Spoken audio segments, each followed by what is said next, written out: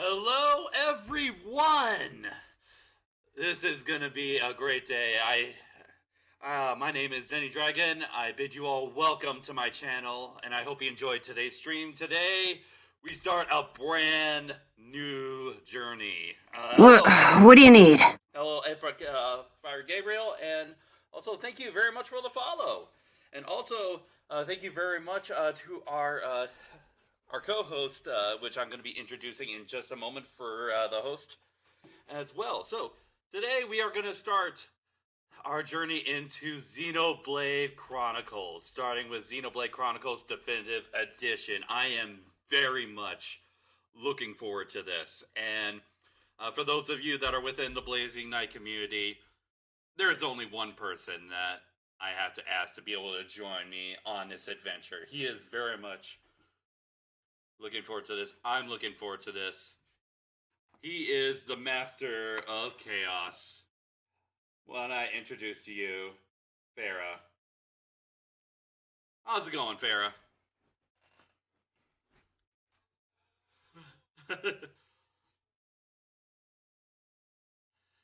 Oh,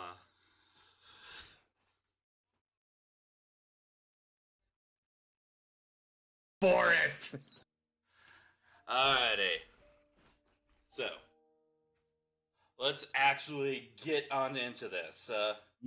Indeed. But before we begin, normally when I bring in someone to co-host, as well as something that I'm sort of going into myself, I like to ask my co-host as far as sort of like an abbreviated version of how they got introduced into the series that we're going into. So, Farrah, why don't you go ahead and do that? So, okay, my experience with Xenoblade began way back in 2015. So this was 7 years ago. So my experience with this game is I didn't even know of its existence until, like a lot of people, it got brought into the spotlight by the one and only Chugga Conroy. And in his initial trailer for this LP, he said that this was his favorite game of all time. And I was like, oh, if this is his favorite game of all time, then I'm gonna need to check this out. So it got around to about 6 episodes into the Let's Play, and it was a very certain cutscene that just clicked with me, and I was just like, I need to play this game. I need to play this game for myself. How have I not known this existed? So after much digging and much convincing, I managed to find a lone physical copy at a GameStop. It was the last one left in stock. I had saved up a lot of my chore money, and because working around the house, I was still in high school. Bought it, played it start to finish in the span of a month. Oh my gosh. You talk about something of an unforgettable ride. Oh my god, this game has got everything. Like, it's got probably one of the best combat systems I've ever seen, an expansive open world, music that is bar none probably one of the greatest video game soundtracks I've ever heard, and just one of the greatest casts of characters too. This game has got something for everybody. Okay. I'll also talk a little bit about my very limited personal experience. I haven't gotten like a full dive into it, but I have actually tried to get into it a little bit. The first time I heard about this is I was actually sort of hearing about sort of the clamorings back in those sort of the Wii era about like a couple of games that the fans were clamoring for Nintendo to finally release worldwide. One of those was the Last Story, and the other one was Xenoblade Chronicles. It was those three. It was those three that were that it got a whole project named after it. It was to bring it for a worldwide release. But yeah, it was because the initial release for Xenoblade happened in Japan in 2010, and then the US got it in 2012, and then finally the UK got it in 2014. Yeah, so it's not a series that I really went into because I've had a little sketchy history when it comes to more traditional RPGs. Like I've always been a fan of like Fire Emblem style stuff, like the turn-based strategy stuff. But Oh yeah. the deepest I've ever got into an RPG was Chrono Trigger, and I think I probably got like maybe like halfway through it. But Gotcha. I actually when I had gotten the Wii U, I actually gave Xenoblade Chronicles X a chance. Didn't really gravitate towards it, and then when I finally got a Switch, I tried to give Xenoblade Chronicles 2 a try, and I actually made it longer into that with how that tutorial Yeah. goes. So yeah. So I will say X. I like to refer to Xenoblade Chronicles X as kind of like the black sheep of the series because Yeah. it does a lot of things different. It's more of like a like a spiritual successor. Because while it does keep the essence of combat, like it doesn't like expand on like a lot of the lore and like some other things regarding to that. And then two, I've already explained my issues with two. Like it is a fantastic game that everyone should play, but my god, don't listen to the tutorials. Just watch Chuck and Conroy's 10.5 minute video that explains everything better than the tutorials ever could. It's so much worth your time. So yeah, and and and with me streaming, this is a chance for me to not only sort of get myself out there, but also for me to sort of learn new genres of games that I never really gave myself a chance to before. So why don't we go ahead and get right into it? Absolutely, absolutely. All right, special bonus for having played Xenoblade Chronicles 2. Oh wow. Yep, What? so you get you get a little bit of a Kickstarter for having Xenoblade 2 save data on your Switch. It's great. It's great. Oh, why wouldn't I collect on that? And Oh yeah. hello Shadow Ryuga, hello Anki, how you guys doing as well? But I thought I talked to you about doing. I was going to do Definitive Edition Ryuga. Yeah. Well, one thing to know about Ryuga, but he likes to joke around like that. Yep. I mean, we both of us have experiences with that. But yeah, now we get the fantastic opening cutscene.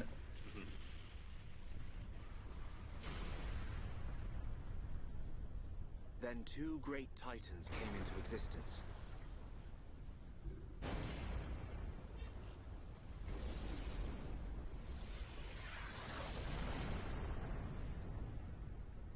The Bionis and the Mechonis.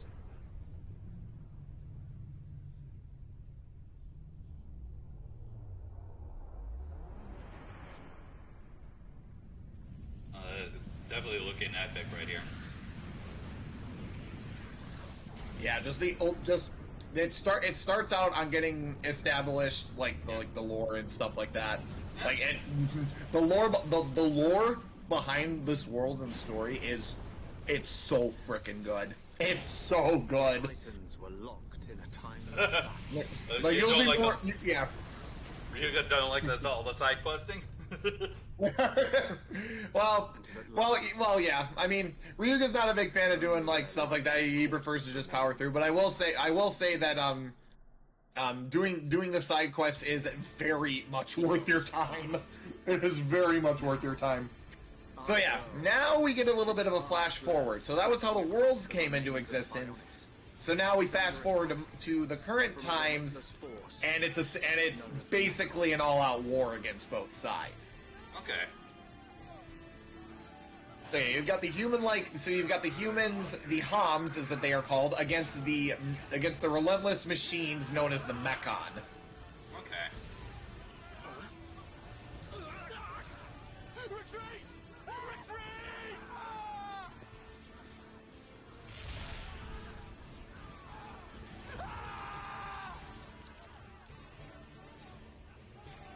Get away from me!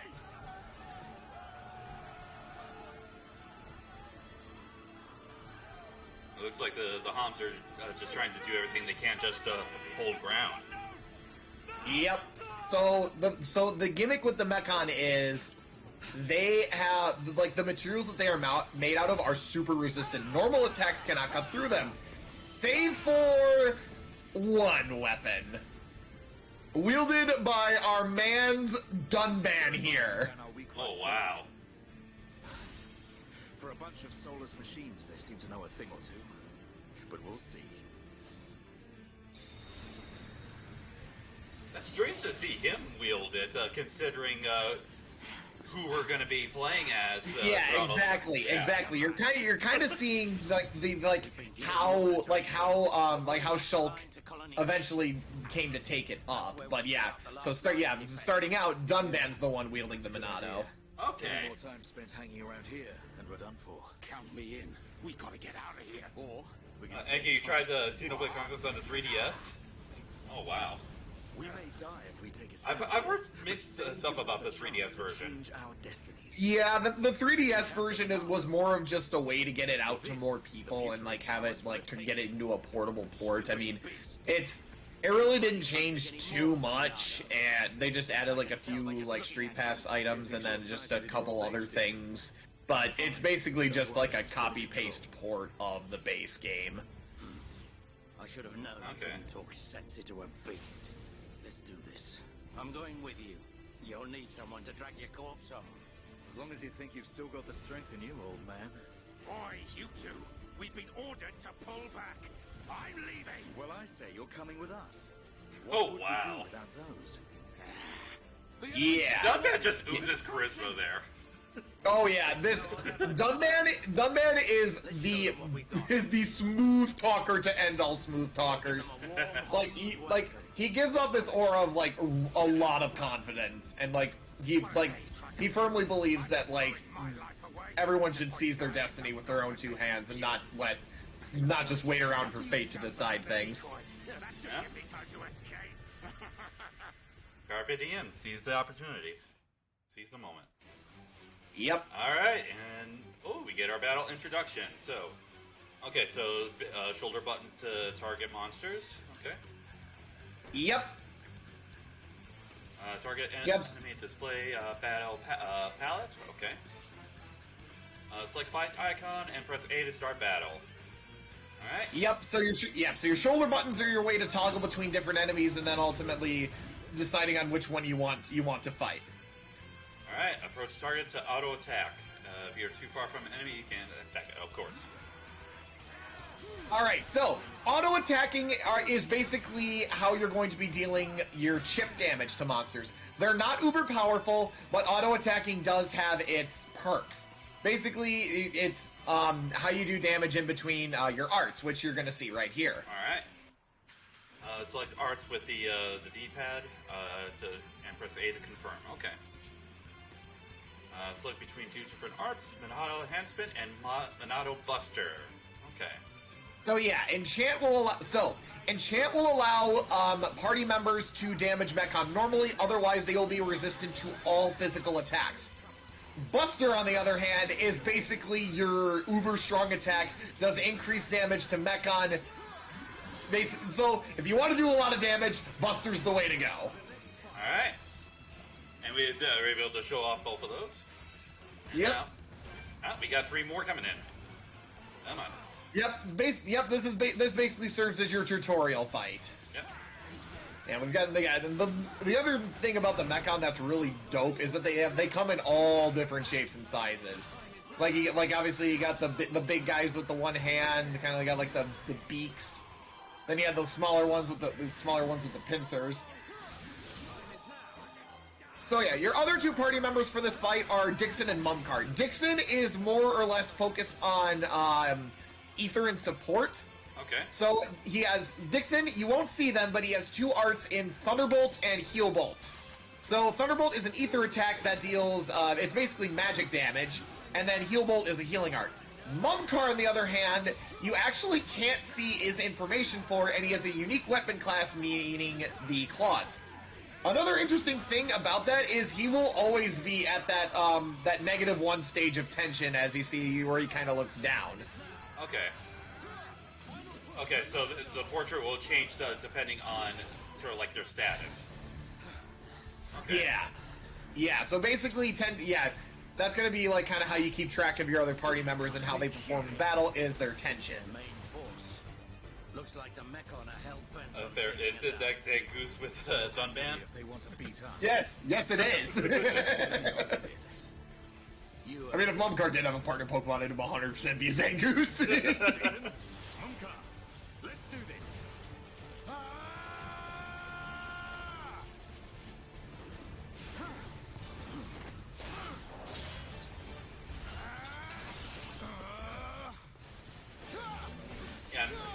what I remember of Xenoblade Chronicles, this tutorial is definitely different than what I remember from my experiences with 2, so... Oh, wow. Yeah, this tutorial just really, like, throws you right in. But yeah, so... You'll kind of learn, you'll learn why is it on, but the Monado doesn't really agree with Dunban. Okay. You alright?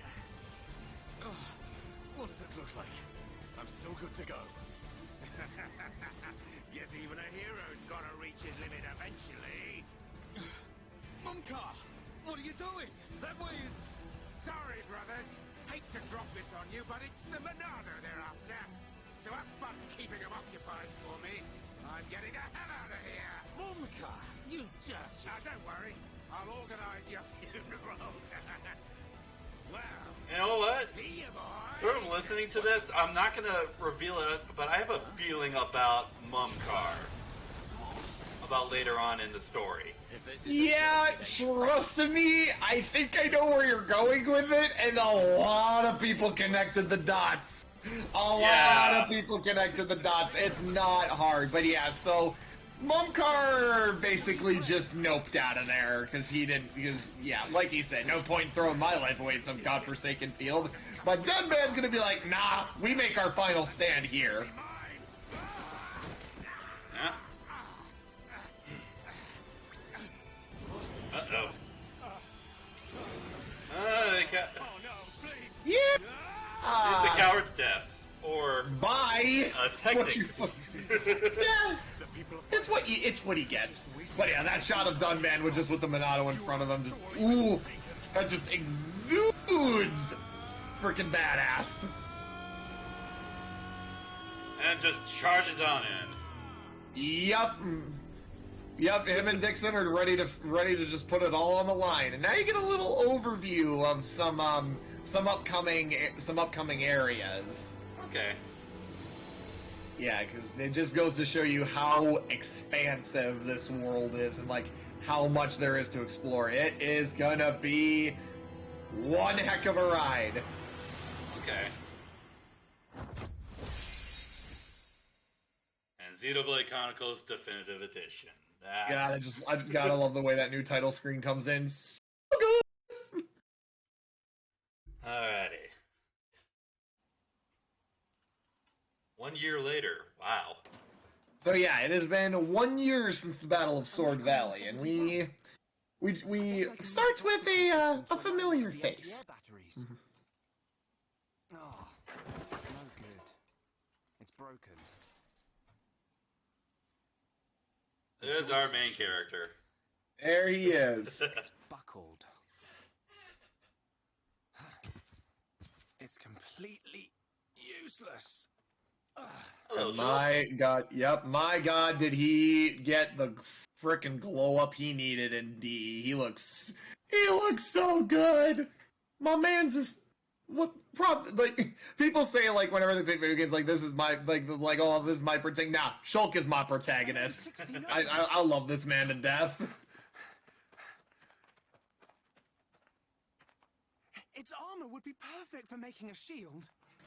If I can just get it on. It's Shulk from Smash Brothers.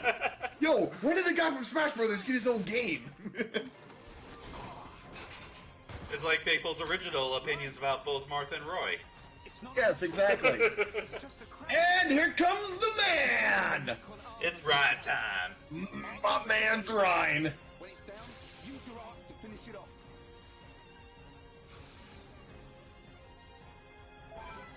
Alright. What am I gonna do with Shulk cosplay? Maybe sometime in the future.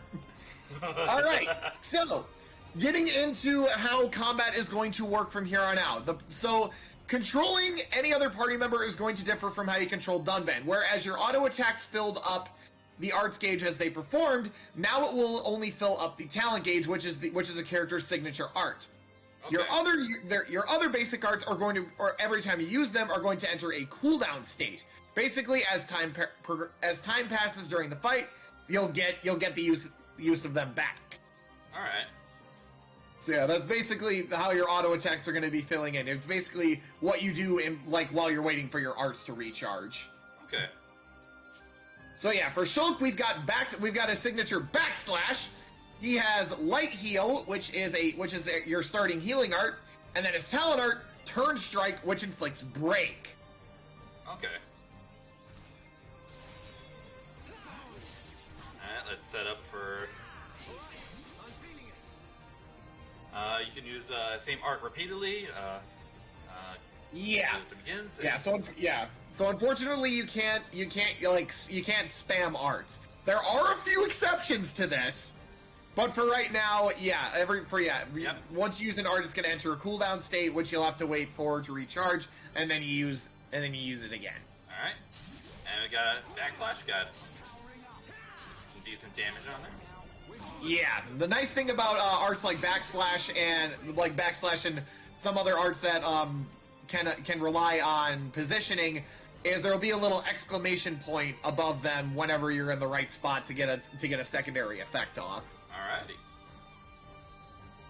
Each character has a special art called Talent Art. Select Talent Art icon and press A to use it. Yep. So, like I said, Shulk's Talent Art, Turn Strike, pretty bog standard, does a lot of damage and inflicts break. Alright.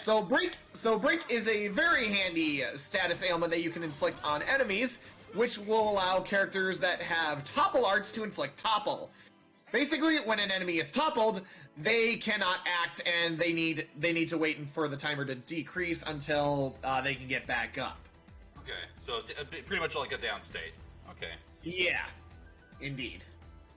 All right, and with that, we defeat the enemy. We got yep, and you can so grab Iron yeah. Crabble So all shell, enemies. Small shell. Okay. Ooh, very nice, very nice. You got the So all enemies will drop a chest. They vary from to the basic chest that you picked up. There are also silver chests, and then there are also gold chests. Okay. And then each enemy usually has two collectibles it can drop. It can drop a common collectible and a rare collectible. The common one that you picked up was the small shell, and then the rare one was the hard crabble shell. Okay. So it's always worth your time just to open every chest that enemy drops, because the materials that some of them drop are very useful for either some side quests, some materials needed, and they also can drop weapons, gear, and even crystals. Alright, and it looks like this is sort of displaying that when you enter a battle, you cannot exit sort of the area that the battle is taking place until you defeat the enemy, so... Yeah, so this is basically kind of like how boss fights are going to work, but it's more like a tutorial. It's like, hey, you got one more enemy to fight before you leave. Alright.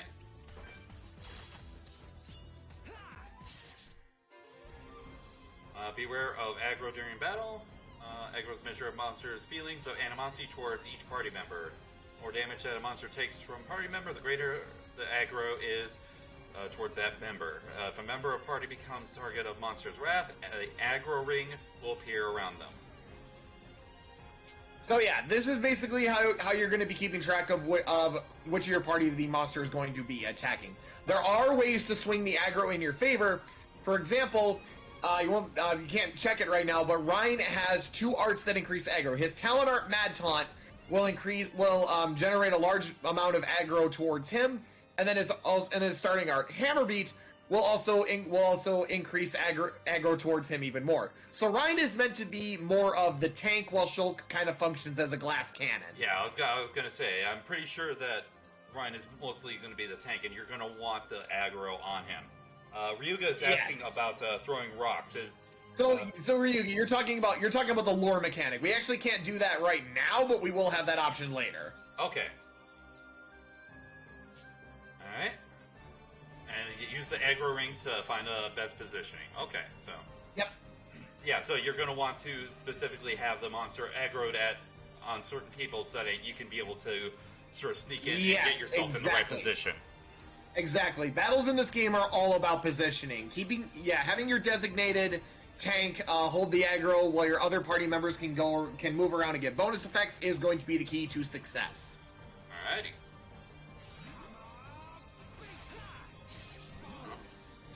Now aggroed on me, but yeah, there we go. Now it's starting to.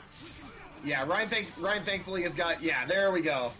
So yeah, Ryan was able to draw the aggro with Mad Taunt and Hammer Beat there.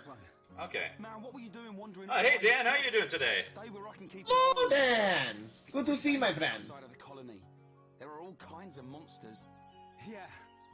But thanks to you, we got its shell. So yeah, this whole cutscene just kind of shows the best bro energy that Ryan and Shulk have, and it's like Lewis has said this before whenever he brings it when he did his Xenoblade count zone, but Ryan does the whole best friend archetype like one of the best.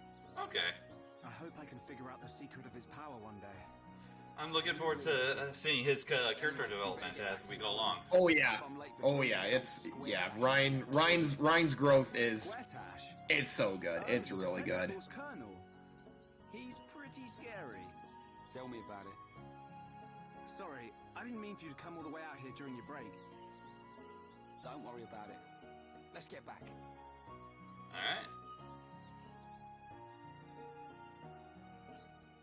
Alright, follow dotted path to advance in the story. Okay, so giving us a little guide. Path to the next main story objective is displayed on the minimap. You can switch the minimap to the full screen mode by pressing the L analog. Okay. Yeah, so you basically can toggle like how much you see on the map and all of that. So you're kind of in a nuanced area right now that you really don't have much reason to go to, at least for a little bit. So yeah, you basically just got to follow the path out, and it'll lead you back to where you gotta go. Just winding down today, Dan. Thank you very much for being able to join in and watch. So yeah, press ZR to display the guidance panel in the bottom right of the screen, allowing you to check the story memo. Press ZR while the guidance panel is open to close the story menu. Okay. So, this little feature was a new thing that they added in Definitive Edition. Oh my god, is it one of the most helpful things ever. Not so much for story purposes, but for another reason. That we'll be seeing. Alright, right analog, move the camera, press ZL to display additional camera controls. Okay. Press plus to open system menu, so the pause menu, where you can save your progress. Okay. It also includes autosave feature. That's nice. Yeah, so the autosave is another really good feature to have. I do recommend just hard saving every once in a while, just so you can, Okay. Review the tutorials at any time. I can probably do that on my own leisure, so... Yeah, and then again, a lot of the tutorials starting out are just going to be kind of like how each character functions, but you're not able to change your party's leader for a little bit here, so it's kind of just nuanced. Okay. Alright, and we'll get more tutorials as we play the game. That's pretty much general for most games that have them. Okay. Yeah. And then Event Theater. Alrighty. Yep, and then you can just rewatch cutscenes whenever you want. Alright. We can just go on through. These glowing items, I believe, are going to be items that we're going to be picking up throughout. Yes! So, those little glowing orbs on the ground, they are collectibles! Each area has a set number of collectibles that you can find, and there are some named NPCs in each town that will trade these collectibles, making them a bit easier to find. Picking up these collectibles does two things. One, it allows you to perform more trades. So you can just trade with named NPCs if they have an item you need and you have a high amount of certain collectible, you can just kind of seek that. You can also sell them for money, but the big thing that they are used for is the Collectopedia. Alright. So, the Collectopedia, it seems like a daunting task, but it is one of the most rewarding things to do. It is not required by any means, but it is very worth your time to fill in as much as you can. Because for every section of the Collectopedia that you fill in, you'll receive a completion bonus where it can be a weapon, it can be a piece of armor, it can be a gem, it can be any of those things, and they're usually very helpful and sometimes a rare variant that you may have trouble finding elsewhere. The other thing that can happen is once you have collected all of an area's collectibles and registered them in the Collectopedia, you will get a completion bonus, which is usually a rare weapon or piece of equipment. Okay. Yeah, that actually seems like a really good system. Like this looks I really the best, like it. yeah. So I really not required, I but it gives you good bonuses. So yeah. Yeah, it gives you good bonuses for completing that. To make the mistake, Vera didn't have golden No, to yeah. all these Yeah, things. I will touch on that more when we get to that, but it'll be a while. But For my first playthrough, I'm not gonna push myself to do like 100% run, but we can cover a little bit of it. Oh yeah, absolutely. It's it's worth your time to do at least a good chunk of stuff at the very least. But yeah. So yeah, just keep an eye out for those collectibles. Kind of fill in the Collectopedia as you go. And we got a cool potato. Yes, the first thing we pick up is a cool potato. The potato is very cool. All right, let's see what else we can get. Sweet wasabi. Yeah, I think the funny thing is like a lot of these items have super funny and like creative names like.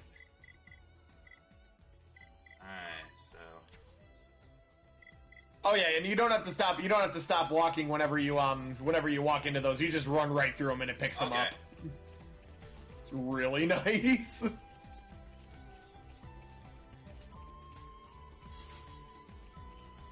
Alright, yeah, there's a couple. Yeah, a couple generic enemies and all that. Hey, horse! Hello, my friend. I know you like Xenoblade, so yeah. Hey there, horse. Good how that you are doing? here. Good to see you here. So it's Minecraft when you find a potato. Alright, Colony 9. Yep, this is our starting area or base of operations, Shulkin Rhine's hometown. Very nice spot to start. And you can also see kind of where its location is on the Bionis, so it's kind of like right above the ankle of the Bionis. I better stop in at HQ. I saw your poll a little bit earlier, Dan, as far as doing the Three Houses rewrite. Right. Yeah, I saw that too. See you later.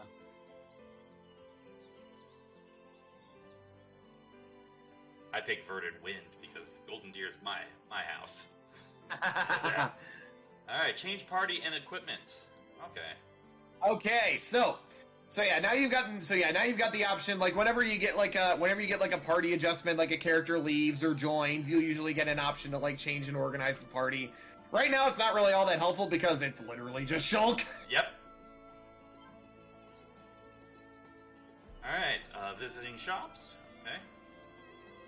Got a little tent icon and selling loot. Okay, you make money by defeating monsters and selling your loot to a shop. Pretty basic. Yep. And also obviously, we have the inexpensive and the expensive loot, which is the rare and common collectibles. So, okay, now we get into the bread and butter, the side quests. Okay. The side quests can be intimidating because there are a lot, but it is worth your time to do as many as possible, and here's why. The more quests that you complete, it will build up area affinity with a certain area. So right now, we are in the Colony 9 area, so it would be Colony 9, and then the next area, side quest, would be generating affinity towards that area. Higher area affinity can do different things. For one, it'll allow you to purchase and sell things for shops at different prices, so you can buy stuff for a lower price and sell it at a higher price. There is also higher value trades that NPCs will give you. So if you have a high enough area affinity with, let's say, Colony 9, and you wanted to go trade with someone, the more you develop an area, the better trades that you can get, and this actually comes into play for a lot of different things, and you can, like, there are some quests that will have you go searching for a really hard collectible to find. You have a high enough area affinity, you go to an NPC, say, hey, you got this? Yep, here you go. Alright. And then the other thing is that it doesn't tell you about this, but there are some side quests that require a certain level of affinity with an area in order to even accept. Okay. So there are a few of these that I will be that I'll let you know about as we kind of go along here. But yeah. So yeah, if whenever you have downtime, doing these is very much worth your time, and also you get experience and money out of this. So it's also a good way to just get some extra money and experience in case you need it. Absolutely. And I'm pretty sure that raising affinity with certain areas requires doing certain things. So yeah, exactly. Yes, clearing side quests is the main one. You can also get a little bit of area affinity if you talk to named NPCs and they have a comment about another named NPC. That'll show up as a link on a little thing called the Affinity Chart. Okay. Alrighty. Enjoy quests and trading alongside the story. Story will progress even if you don't do any trading or complete any quests. However, using these features may give you an advantage in the game. Yep, exactly. Alright. Hi. Well, let's talk with you. Nothing to report? Yeah. So the person you're talking to is a named NPC. Usually, whenever you talk to one of these guys, they'll have a bit more to say than some others, and you can also trade with them too. Yeah. So yeah, right off the bat, you really don't need to do any trading, because a lot of the quests that you can accept starting out are pretty generic, and they just like, oh, go find this or go kill this. Yep. There are a couple non-generic ones, but honestly, yeah, I don't think you really need anything. Okay, so now we have the Affinity Chart. The Affinity Chart. This is usually the obstacle between. Like the last obstacle players have to overcome for 100%. Trust me. Oh god, this thing. Coming from somebody who was 100% in this game on multiple occasions, like completing the Affinity Chart is hard. It is really hard. But the big thing that you can do with the Affinity Chart. Obviously, you can view all the named NPCs that you've interacted with. You can view the affinity between party members. You can also view area affinity. The other thing that I still can't believe that they added, because it's so helpful, is if you hover over a named NPC and you switch tabs, it'll actively show which items they can give you via trade. Which wasn't in the original, and I'd always have to look shit up, whereas in here, I could just open the chart, go to the NPC, and just like, you trade this, boom, yes you do, cool. So yeah, you really don't need to talk to everybody, as it's early game, and they really don't have much to say. So at this point we're just kind of walking around through the commercial district, and also there's the shop over there too. Alright. And we got the tent icon over here. Yep. Yeah, so that serves as your landmark. So landmarks are very helpful things. Basically they allow you to skip travel. Okay. Yep, and discovering one will always give you a nice little sum of EXP, and it also helps fill in your map more. Alright. Yeah, and then as for shops, I usually don't sell anything unless I really need to make some room in like equipment or weapons. But yeah, so Shulk's weapon cannot be changed early on, so you can only buy new weapons for Rhine. And then that book tab at the end are art manuals. Okay. Art manuals are how you're going to be advancing your arts to level up even further, because as of right now, you can only level them up to level 4. Buying these basic art manuals will allow them to be leveled up to level 7. Alrighty. So yeah, let's see what we got. We got Bone Upper, Slit Edge, Hammer Down, Hammer Beat, Wild Down, and Backslash. Okay. And then obviously you can buy some new equipment should you want to. So, that's right. So, an interesting thing to note about the equipment selection in this particular shop. The last 3 options that are, I think it's like the Imperial Helm, stuff like that. The Prodigal and Devious and Imperial? So, those 3 equipment options were not available in the base game. These are all new sets that got added in. Okay. And I must say, they look really good. Alright. So yeah, That's funny, the bikini top. Yeah, exactly. So So that's another thing. That's another thing. So obviously there is there are equipment that can put characters in swimsuits. I personally don't like using them because A, it looks stupid, and B, it just doesn't seem to fit. But here's the other thing. Why would you want to use the swimwear in the first place? For some reason they gave it some of the best stats in the game. Obviously. I RPG logic. I don't know, but it's a thing that they did. Yeah. But yeah, so if you really wanted to, I would recommend the Imperial set for Shulk because you can't afford it right off the bat because Xenoblade 2 save data bonus with 100,000 money. So one of each. Yeah, so yeah, you can start with the Imperial helm for Shulk. You can just buy one of each, and then because it does offer some good stats. It does offer some very good defensive stats.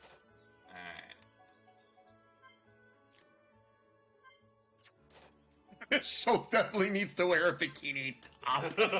I mean, I don't think he needs that. I mean, he's already in his underwear in Smash Bros. So. Yep. I was gonna make the same comparison. Alrighty. Yep. So now that you've gotten that, all you need to do is just once you're out of the shop, you just go into your equipment menu and you can change the equipment look. All right. Okay. There we go. Change equipment. So colony hat to Imperial home. I'm guessing that there are bonuses as far as like completing like a certain set. Actually, no, there isn't. Is it? Actually. Yeah, it's like I love the Imperial set on Shulk because it looks super cool. But the other thing that DE added in, and I'm super happy that they did this, is right below you see the equipment, you see the appearance. This is what we like to call fashion gear. So as you progress through the game, you're going to get a lot of different equipment. And you don't even have to stick to a certain set. You can mix and match whichever kinds of equipment you want. Like, to the point where it can look super hodgepodgey. So if you're like, I really don't want the hodgepodge look, you can go down to the appearance and select whichever gear you want the character to appear in. So if for some reason you wanted to put Shulk back in his base attire while still keeping the stats of the current gear you're wearing, you could do that. Okay, so all right. It's very, very helpful. I like it a lot. Okay. So yeah, and if you wanted to remove it, obviously there's a thing you can do to just like remove it or change it to different ones. Like that's honestly kind of how I play D for the first time. Was they were just like, oh yeah, there's like I like this character in this armor, I like this character in this armor. But there's a lot of different sets, so you can mix match a lot of things. All right.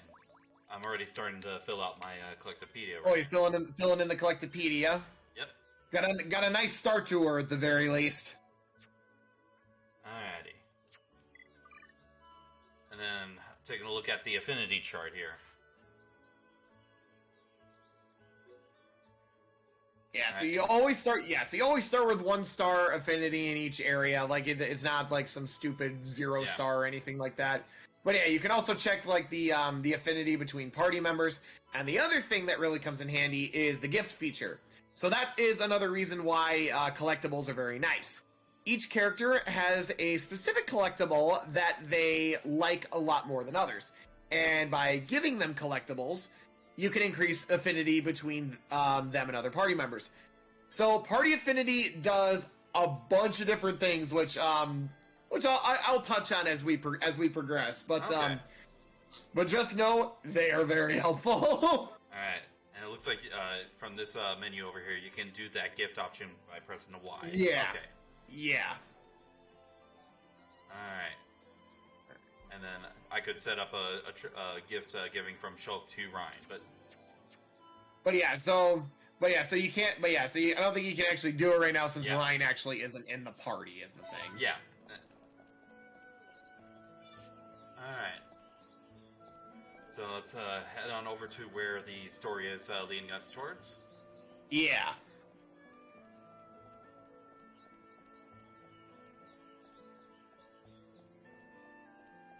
So yeah, we just kind of get to see more of Colony 9 as we kind of proceed through. Like I always compare it to like a small country to a small country town. Like, not really much goes on out here, but honestly, like that sometimes is for the best. It's just a nice, quiet life. Yeah, one thing that I'm sort of noticing with this game is like the scaling when you're like looking around at all the area around.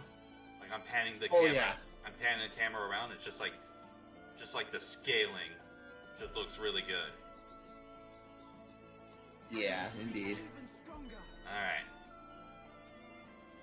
All right, so yeah, now we arrive at the military district, as it's called, and we have the fortress entrance and whatnot. So, and now we get to meet this guy. Oh boy, oh boy. I'm trembling. Vanguard. Yep. He is the ass-tight drill sergeant stereotype to the absolute extreme. And a mustache to boot. Oh yeah, so Ryan says it later on, but they call him. But yeah, so he said it earlier, but they call him Colonel Square Tash for a reason. They win. Yes, sir. You're a disgrace. So yeah, this guy is he's very hardcore to say the least. Actually, the mustache, I hate to make the comparison, but it almost reminds me of Whitebeard from One Piece. I mean, here's the thing though, you're not wrong. But I'm pretty sure that Whitebeard is a much better character than this guy is. Oh yeah, well, Vanguard's just here as just kind of a pain in the ass. Like, he's a really minor side character. The ether fuel proceeded to leak out, and now the cylinder is empty. Well, change the cylinder then. Can't you even do Getting a something call really quick here. The auxiliary cylinders have all been used up. It'll be 3 days until more come in, sir. I told you to keep a stock of fuel in reserve. Sorry, sir. You're nothing but slackers! Oh, wow. Same old Colonel. At this rate, the men will all be dead before they see any action. Like, dude, you just openly just beat up one of your soldiers. Alright. So let's go ahead and continue on through while Farrah's taking his call. Alright, so weapon development map. Ooh.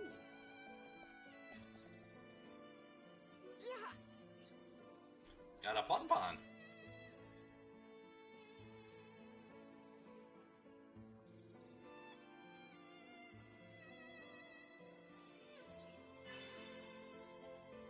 Oh, we got a... Ooh, okay, so I'm gonna...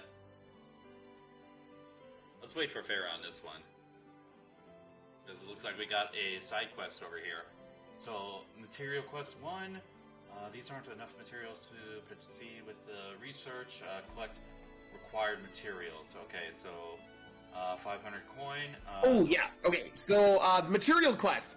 The material quest will they'll ask you for specific monster parts. Okay. They'll just ask you to go Two small to go shells, grab. yeah. Yeah, 2 small shells, which you can get from Crabbles and whatnot. So this is an example of what I like to call a generic quest. So every area will have generic quests like this. There'll be 2 kinds, 3 kinds actually: material, monster, and search. So the material quests, as I said, they're gonna have you go around and exchange monster part, try and find monster parts. Monster quests are going to have you go and hunt a specific number of a certain monster. Okay. Search quests, they usually just lead you around finding a specific item, which will appear as a red item orb. Oh, and I just remembered, there's one other form of generic quest, and those are challenge quests. Okay. So challenge quests will have you fight one very specific enemy, but it is usually a tougher fight per se, but Okay. you'll kind of see what I mean once we find one of said monsters. Okay. So, we can go ahead and accept this material quest here. Yeah. I could have saved the Collectopedia for that one. Oh, I didn't. No, I didn't have the small shell for one of the Collectopedia. Okay, so Oh, okay. So the Collectopedia, it doesn't count for monster parts. It's just the collectibles. Okay. Yeah, so it's just those little items. It's just the item orbs you find on the ground. The monster parts don't count towards. Yeah, because I only fought one enemy thus far. And... Yeah, exactly. And, wait, what's the Monado doing here? So this is where it's being kept after the Battle of Sword Valley. Okay. Basically, Shulk's doing research on it Just now. with the aid of Dixon right here. Yep. Hello, Dixon. Your Monado research has been going well. I made the right choice leaving you in charge. Your research notes really helped. So, you can activate it now then. Well, anyone can activate it. The problem is controlling it. Yeah, for everyone except him. Yes. So yeah, this kind of explains as to like the real reason like Dunban was struggling was the Monado apparently isn't easy to control. Hidden functions you mentioned. Almost like it needs a chosen wielder. But it's starting to look like the Monado Yep, indeed. Just a weapon for defeating Mechon. Very common amongst And RPGs. the evidence to support Yeah, it? indeed. But yeah, Shulk's research note seems like there might be more to this thing than just cutting down Mechon. Okay. The symbol appears on the top layer, and each layer is constructed differently. So it's possible that other symbols could appear on different layers. Which means... The Monado might conceal even more power. Yeah, they're talking about like how potentially other symbols could appear in different layers. Like, honestly, the Monado is probably one of my favorite like fictional swords in video games. Like, if I were to like commission like a blacksmith or something to make a replica of any weapon, it would 100% be the Monado. Yeah. For me, that kind of weapon would probably be Ragnar. Oh gosh, yeah. I've actually had a friend. I in the past I've cosplayed as Ike, and I've actually had a friend do a wooden replica of the Ragnar. It's not like the highest quality, but it definitely did serve its purpose. Ooh. Yeah. Very nice.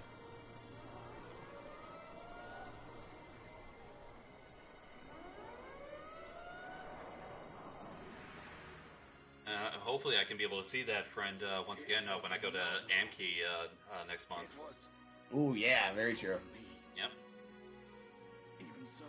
So yeah, Monado was controlling me, but it secured victory in the end. So kind of makes you wonder. It's like, okay, what? Well, I better get the supplies delivered to the defense force. I'll drop round the HQ and see how they're Chosen getting on. the Monado. Okay then. That's new. Looks over at Master Sword and Keyblade. Oh yeah, exactly. Shulk, you're spending too much time in the lab. Either that or rummaging for junk in the scrapyard. It ain't healthy for a kid your age. That's why you're always looking so pasty. You should get out. Get some sun once in a while. in your skin. Oh yeah. All right. Yeah, exactly. At least Dixon's looking out for him. Like, you need to get some air, kid. Like, what are you doing? You nerd. Alrighty.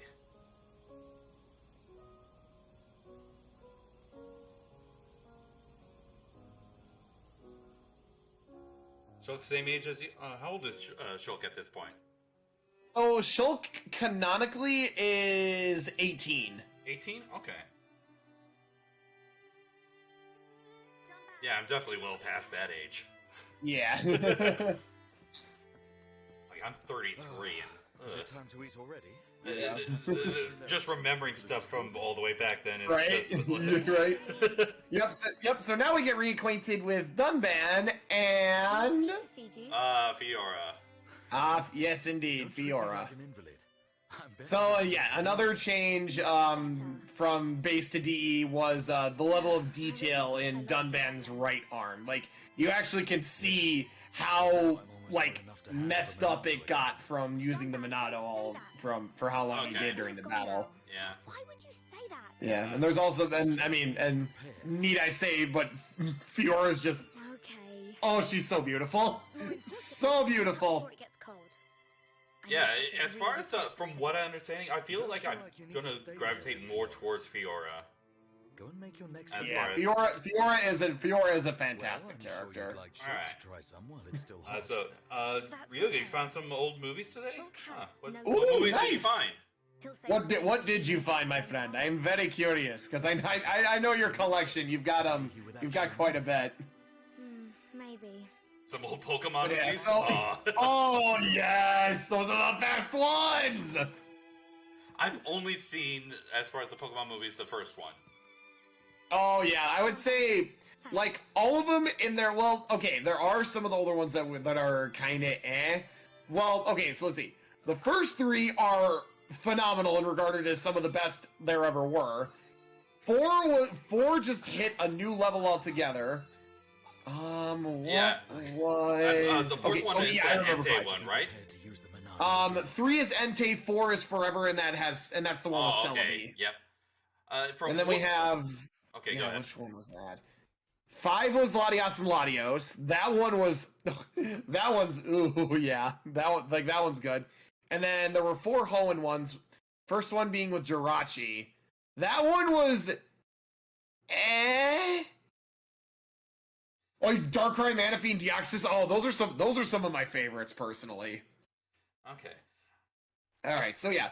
Now we switch from Shulk being the lone party member to Fiora being the lone party member. So, so fun fact I will always remember is when I first saw this game, I remember like Chaga was talking over stuff, and all I'm thinking of is, damn, Dumbman's girlfriend's hot. And then later on, it's like she says like, oh, I won't use like, oh wait, they're siblings? Oh. Oh, wow. Oh no. Although So, I, yeah. I will say that looking at that scene earlier, the only thing I can think of is how many fangirls Dunban must have gotten with him just laying in that bed like that. Shirtless. I mean, I'm slowly but surely turning Maggie into a Dunban stan. That's not going to be. I imagine that's not going to be too difficult. Yeah, he exudes massive DILF energy. It's ridiculous. All right, so we have our first example of a story quest. So these quests have to be completed in order to advance the main story. Okay. And with some later areas, this kind of gets ridiculous. So yeah, basically all you gotta do is just it's like following a story objective, but it's a scripted objective. It will happen. She will sit for top man. It is inevitable.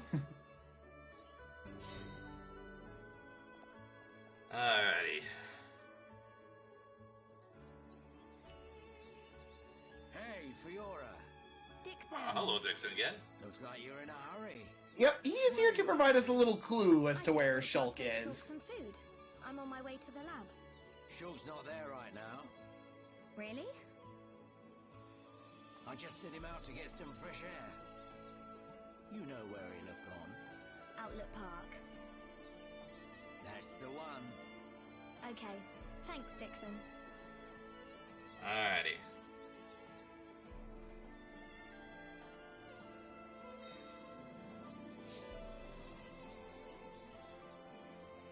Is that Ryuga sort of BSing you right now? Yeah. Yes. well, here's the thing though, Ryuga. That is a legitimate strategy. Look it up. Alright. There's literally a strategy called the Naked Dunban strategy, and it'll become apparent why later on. But yeah, so we get some more collectibles. So yeah, Outlet Park's a nice it's a nice location that that just kind of it's usually you have one or two areas in like each major area that has like just a little nice overview of everything where you can like look down and see everything. I'm scared effects with typo. Okay, just if Maggie ever sees Laura's dad from Trails of Cold Steel, she'd love him. Oh gosh, I can only guess. Alright, so let's go up the stairs here.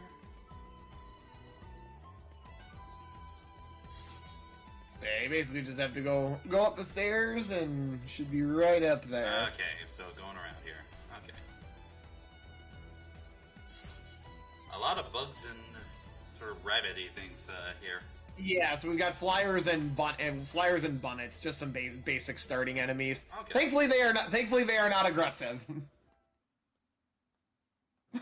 Just People realized. I know say because they're good characters with great stories, and they're also either beautiful, badass, or both. They say that before time began, it was wielded by the Bionis. The same Bionis that we all live on. It must have a secret. That's how Dunban was able to destroy so many Mechon. And why he lost the use of his right arm. Or here goes Shelby, okay. is like thinking about it, was like, Monado, The secret of its power. what does it mean? I must figure out what it means. You'll know. But for now, your lady friend brought you lunch, man. You should feel honored. Really? It's amazing. Oh, Shulk, you say that every day. Not quite. It's always delicious. But today... I think I know who you're talking about, Horace. Oh yeah. No, trust me. When we get to her, I will explain in very explicit detail why she is best girl. But for now, Shulk and his lady friend are eating lunch, and just I still remember when this game came out, everyone's just like, let Shulk eat the sandwich! Because it doesn't show him, like, actually taking a bite out of it.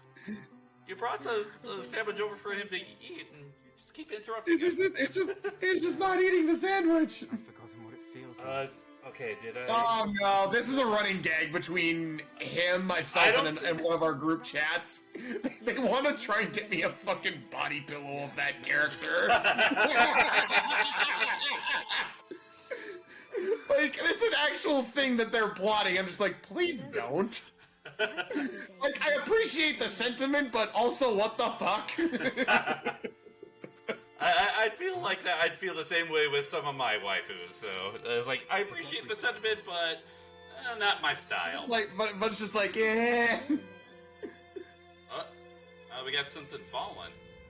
Oh yeah, so this is another thing that can happen down here in Colony 9 is debris from above can casually like fall and like try and make an impact on the colony, but that's why they've got the very handy anti-air batteries. The anti-air batteries can't protect us out here. Let's get back to the lab. Or am I thinking of something different? Because I know you all were talking about that earlier, and I was like, okay, hold on. Alright, so now we got both Fior and Shulk on our... Yep, so now you've got a party of two here.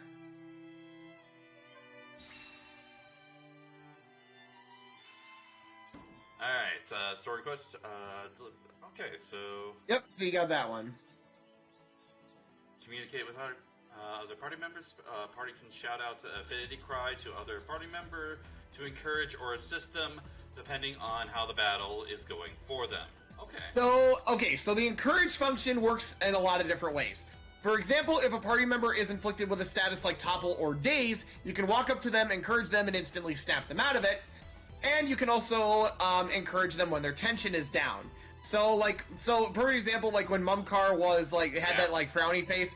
If it gets worse, it'll have kind of like that that purple aura around them. So low tension messes with a few things. Your attacks will do lower damage, and they have a greater chance at missing. So keeping your tension high is going to be key for having battles go smoothly as you proceed further down the line. Alright. Also helping party members suffering from daze or topple. Yes, indeed. Yeah, and those statuses are deadly when they're used on you. They're great when they're used on the enemy, bad when against you. And using this will improve the affinity between two party members. That's cool. Yes, so that's another really nice thing, is whenever you encourage or help someone, you get a little bit of affinity between them. Alright. Chatting to your friends in a heart-to-heart. Ooh, okay, so the heart-to-hearts. They are basically your ways at viewing certain moments between characters and also growing their affinity even more. So the one that you have access to right now is a bit more of a tutorial heart-to-heart. Okay. So yeah, I actually do recommend viewing this one because it's a nice, easy way to get something that you may not get otherwise if you're continuing playing. Okay, it's starting to sound a little bit like Fire Emblem supports. In a sense, these are like supports, yeah, because there are a few, like, there are usually 3 heart-to-hearts between each pairing of characters. One that you can get at Green Affinity, which is level 2, one that you can view at White, which is level 4, and then one at level 5, which is Pink. So yeah, you can find the full details of a heart-to-heart going back and just, like, kind of look over the episodes and whatnot. Alright, so for this one, for this one, you're gonna want to answer, each heart-to-heart has a right. It has each usually presented with 2 options: a right and a wrong. Okay. So trust me on. So you're just gonna have to trust me on this one because, like I said, this is something you probably wouldn't have gotten otherwise. Okay. Oh, you gotta go, Dan. Sounds good. Thanks for sticking around, buddy. All right. See you around, Dan. So yeah, remember that time we watched the sunrise here. Alright.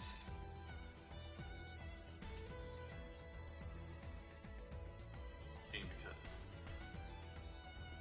Alright, so I invited you, or you and Dunban. So, okay, here's the thing. I'm going to intentionally lead you down the worst one. So here's the reason why. Like I said, this is more of a tutorial heart-to-heart. Okay. And you also get something for viewing the worst possible option for a heart-to-heart. So I invited you. Okay. So it says they lose affinity, but honestly, it doesn't matter. It really doesn't matter for right now, at the least. Okay. But I'm guessing being able to view the wrong path is going to lead towards something. Yeah. Each heart-to-heart has a bunch of different dialogue options depending on, like, the options you do choose. So it can take multiple playthroughs to, like, see, like, all the routes of a heart-to-heart, or just, like, saving and reloading for all the possible routes.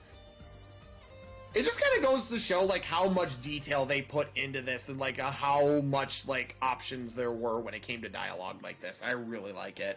Okay.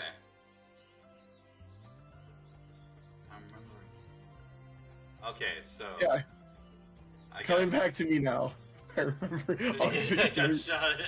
Got shouted at, and you want to marry me? You wanted to marry me? Is that what we're selecting? Yep, that's the one you want to go with. Oh, no. So, the best part is, if you view, the best outcome for this, that actually is the thing that Fiora said, too. Yeah, she even says right here, yeah. I might have said some stuff about wanting to be your bride. You promised you'd forget about it. Oh. Yeah, and it's so cute. It's so cute, though. It's so freaking cute. Playful banter against love. Yeah, I couldn't resist. Oh, like I said, it's adorable. I like the idea of you being my bride. Yeah. Oh, like I said, so adorable. Aw. Oh, wow. I was just a kid. I barely even knew what a bride was. Oh, it's so good. So he good. He still remembers old Shulk. Yeah, he still remembers. So, yeah. Alrighty. Achievement heartbreaking. So, that's another thing that Xenoblade has. Achievements! Yep, I noticed that earlier. I believe that was in the collectibles. Yep. Yes, yeah. So, the neat little thing about Xenoblade is, you have some basic achievements, and then you have some ones that are going to be, a bit harder to get. So yeah, it's like, some of them you're not going to be able to see for a while, and then some you're going to get gradually as you keep playing the game. And that's what I like about these. It's kind of a nice way to keep track of your progress. Yeah, there's a lot of achievements. Yeah, there are a lot of them. There are a lot of them, but yeah, there is one in particular that is regarded as the hardest achievement to get. Do you want to know what you have to do for it? What is it? You have to let the clock pass from 11:59 to midnight in game 365 times. What? I'm joking. You have to go through an entire achievement. year. You have to go through an entire. And the achievement is literally called Happy New Year. It is, without a doubt, the hardest achievement to get in this game because a nice function that you can do is you can just switch the time to whatever you want. So if you need it to be like a specific time of day for a monster or just to accept a quest, like you can change that at will. So you literally have to like pass to midnight, back an hour, pass, back, pass, back, pass, back. It's so tedious. It's so tedious. Wow, that is. It's one of the few achievements that I've never gotten, and I don't know if I want to get it because it's pointless. Oh wow! It's actually pointless is the thing. So it's like. And I thought here that Colony 6 was going to be the most ridiculous thing. Yeah, exactly. Yeah, trust me. This game throws a lot of out of left field stuff at you. Okay. Some of it is cool. Some of it just makes you go, huh? And we got another heart-to-heart here.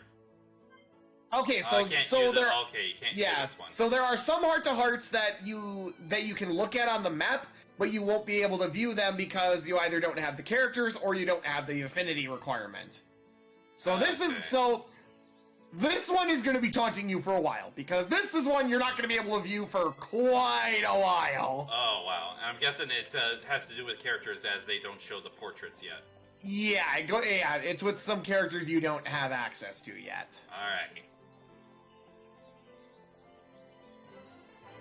Yeah, now we're in the opposite end of the colony, which is the residential district. So it's where a lot of the homes are, and also discovering Tranquil Square is very good, very good. That's a very helpful landmark because it's the only one in the residential district. Okay. Oh yeah, and then we also see the mobile artillery that's crashed into the house over there. The freaking Defense Force guys screwed that up. And you also get a really nice view of the colony. Also, there's a little unspoken rule about Xenoblade that I absolutely live by when it comes to games like these. If you can see it, you can go to it. Okay. Yeah, there's almost very Breath of the Wild sort of. Oh yeah, absolutely. It's got the exploration is the name of the game for a lot of areas. Like there's almost nothing is off limits. Like if you see like the top of a waterfall, like wonder if I can get up there. 9 times out of 10 you can get up to the top of it. Okay. Ryan, what? Oh, but now we got this scene. Shulk, no, I'm just. Uh-oh, remember? Yeah. Oh, no. Yeah, so remember how Schultz said the problem is controlling the Monado? This is what he meant.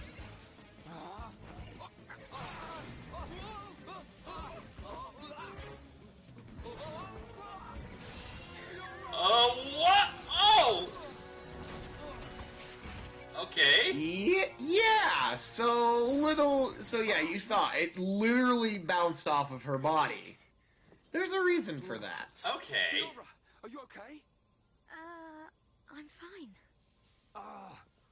It's broken. What? What do you mean it's broken? Don't you care about me? I could have died. You're not hurt, are you? Whoa. The Monado can't cut people. More importantly, what were you thinking, Ryan? So yeah, the Monado can't harm people, so it can't cut harms.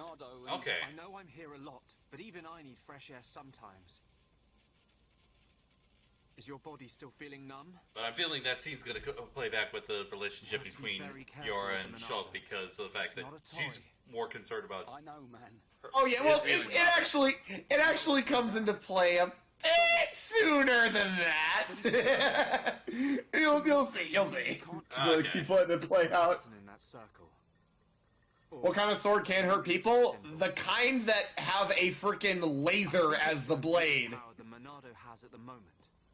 And apparently are ancient and have a lot of mystery surrounding them. I mean, like I said, a lot of this don't make sense right now, but it will later on. I should. Yeah, I was gonna say the same thing. What about lightsabers? Yeah. I'm guessing different kind of. Lightsabers are a different kind of logic altogether. But yeah. Oh boy. This scene. It's not the point. Maybe that's not the point, but this maybe. Something's happening to Shulk. He's going on a trip. And so just kind of take a chance to take everything in here. Okay. So, of course, I want to get my revenge. Your blade, it did not cut deep enough.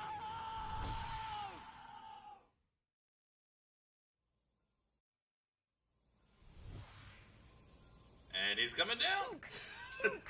What on Bionis happened there? Right. Yeah. Fiora. It's a lot to digest. Does it hurt? And the best part is, those are all spoilers given to you with absolutely zero context. You know. Because I know when I saw that for the first time, I'm just like, huh? I don't mean that. Wait, what was that shit? Time had stopped, and then Time had stopped. so was it only me who saw that? Obviously. Obviously, you're the only one that saw that. Who knows? Yeah. Anyway, no matter how good a sword it is, that's what happens when you hold it. Looks like Dunban really is the only one who can use it. I won't let my brother use it ever again. Not after what it did to him. Oh, sorry. I didn't mean it like that. Yeah, we saw it, but I'm talking about the context of the game. Yeah, exactly. Like, within the context of the game, yeah, Shulk was the only one that saw it, but we get player advantage. Of course we see what Shulk sees. Don't worry about it. Because we are the main character. Ryan, Indeed. what did you want to ask me about? Oh, yeah. Old Square Tash has gone and put me on punishment duty. Square Tash. Punishment? Oh, yeah. The Colonel was So, yeah, now Ryan kind of goes into detail, like, why he was actually there. Well, whether he hit me is neither here nor there, really. Although, actually, he did end up hitting me. He wasn't just there to literally just look at the Monado and go, touched. nasty. Yeah. And now I have to go all the way to the Magmel ruins and back. He gets paranoid, so doesn't that? I'm not really telling him everything. I'm just giving him the little insider info, like some neat tricks and tips that maybe the game and the tutorials don't really say. I will say this: I've checked into a few of Farah's streams of Xenoblade Chronicles as well as Xenoblade Chronicles 2. I probably do not remember half of what went on. And that's good. That's good. Knew you would. Hold on. Like the Because only, I always say, like, to anyone that hasn't played this game, like, play it for yourself, like, first. Go in completely blind. If you need help with something, What about? Chugga Conroy's LP is always a good place to look. But, like, if you need help for quests and whatever, that's fine. But just don't look at any spoilers, because this game's story, it deserves to be experienced, like, as blind as possible. probably the only thing that I like remember like huge as far as for watching your stuff is some of the stuff I interacted with a certain Dom. Indeed. But that's Xenoblade Chronicles 2, and at some point I'm gonna get that, and we're gonna go through that as well. But Oh, BRB, I think my food's here. okay, all right. So we got Shulk and Ryan back. All right. Ooh, characters can now learn skills. Okay, so we'll have to talk with Farah about the skill trees. when he gets back from getting his food. Basically, Chocobo with the spider cop.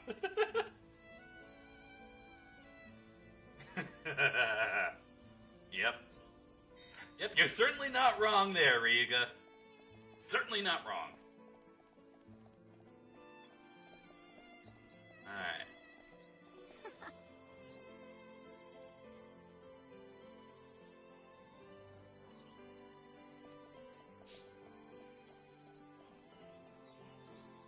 Alright. Okay, so this is the arts bit, so this is where you probably level up. Yeah, so now, okay, so back. So now you have access to your arts page. So you can move around arts as you want them to be on the palette. So if you want like an art to be in a specific spot on the menu, you can put in that spot. Allows for a lot of customizations. And also looks like Shulk got his slit edge art, so that's good. Okay. And we were introduced also the skill trees. Ooh, yes, these skill trees. The skill trees is another valuable point that you want to invest some time into. So each character has 3 skill branches, and prioritizing one will lead to an increase in a certain stat. So, like, Shulk's Integrity branch grants a higher block rate. Okay. But yeah, and each tree has different skills that you can unlock as you progress through the story, and you can get skill points by defeating enemies. Some you can get by clearing quests, and more importantly, you get a lot of them by finding more landmarks. Okay.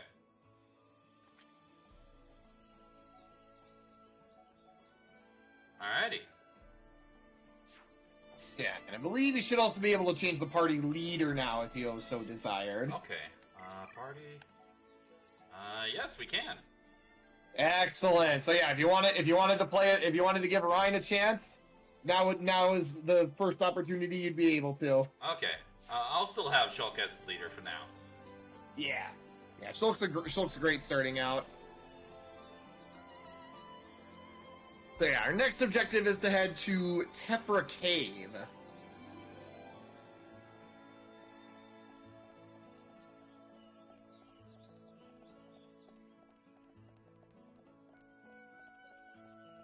Yeah, we're basically just getting acquainted with a lot of the starting areas and some other stuff. Okay. Any of the NPCs with like these exclamation points that we should be talking to? So those guys have the generic quests and whatnot. So I recommend talking to all of them and have an exclamation point above their head so you can grab those side quests. You don't even need to like complete them; just having them and then having those objectives marked is always a good thing to do. Okay. But yeah, and as the time of day changes, just get the quest started and just sort of deal with the quests as we go along. Yeah, and the nice thing about this is once you've accepted a quest like this, a monster quest, the monster that you need to kill, if you see it out in the field, it'll have a red exclamation mark above its head, and it'll be marked on the map as well. All right, see you later, Horse. Thank you for joining us. Yeah. Alright, so this one is Material Quest, okay. Yep. So, Vang Teeth, okay. Yep, and the other thing is that there are some enemies and quests that are only available during certain times of day, so that's where the change time feature comes into handy. Okay. Looks like... one... Huh. Oh yeah, so a lot of these... Okay, so that guy you got that first monster quest from, talk to him again, because he has a lot of these generic quests are going to be held by a single person, so you want to talk to him multiple times in order to get all of their quests, because usually they'll come in like multiple parts. All right, and this unique person, I believe that's the Pon. Give me a challenge quest here. The Napon, yeah, the Napon. The Napon, okay. All right, let's go back over to this guy here. Okay. So, yeah. I'll say, pummel some beach crabbles. Okay. So yeah, this guy and a couple others you'll have to talk to a couple times in order to grab all the quests that they have. And like I said, these generic quests are really good stuff. Are good stuff starting out because It's good. It's a good amount of money. You get the experience for beating the enemies. It's a win-win. All right. There you are. Hello.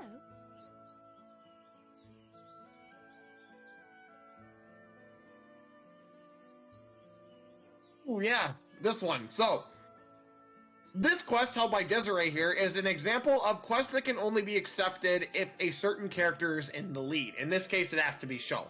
Okay.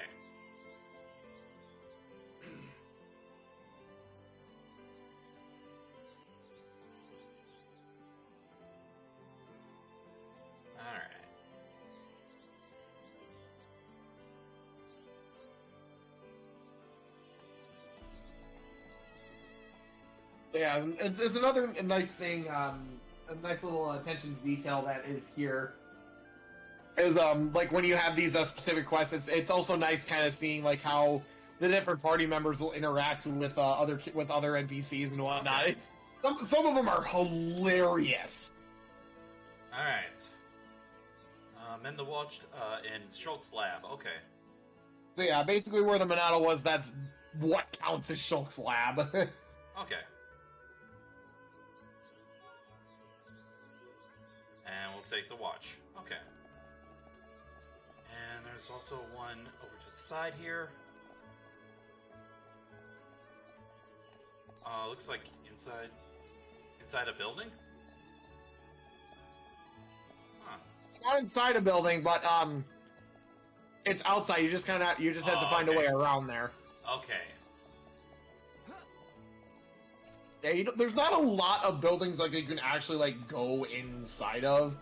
Okay. And usually when you are inside of something, it's like kind of its whole separate thing.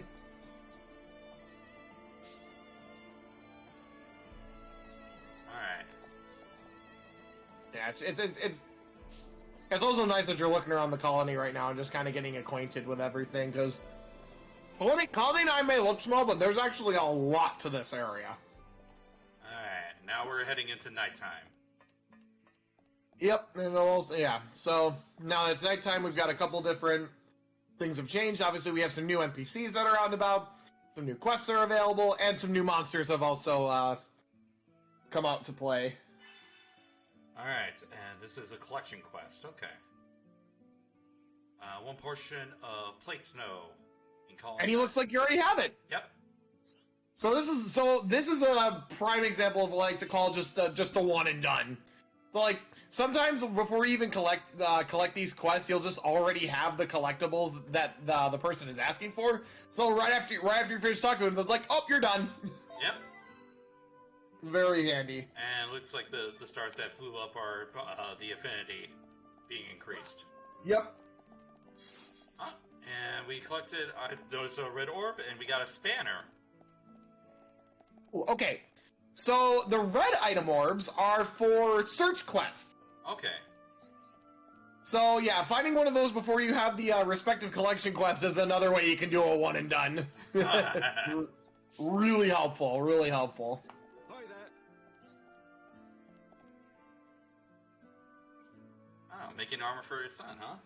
Okay, small scales. Alrighty.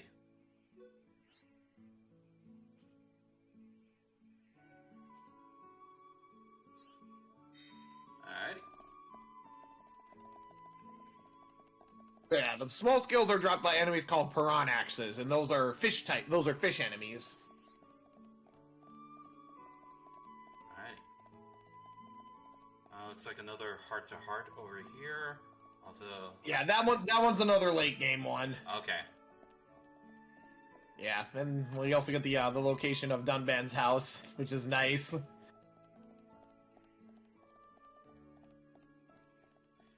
We got we got the red exclamation points all over the minimap as well. Yep. So those are marked. So those are bangs. So whenever you have a material quest that requires you to drop something that requires a drop from a specific monster, the specific monster that will drop that material will be marked with an exclamation point too. So if you wanted to take out some bangs and try and get a Vang tooth from them, that is something you could do. Plus it can also get you some experience too.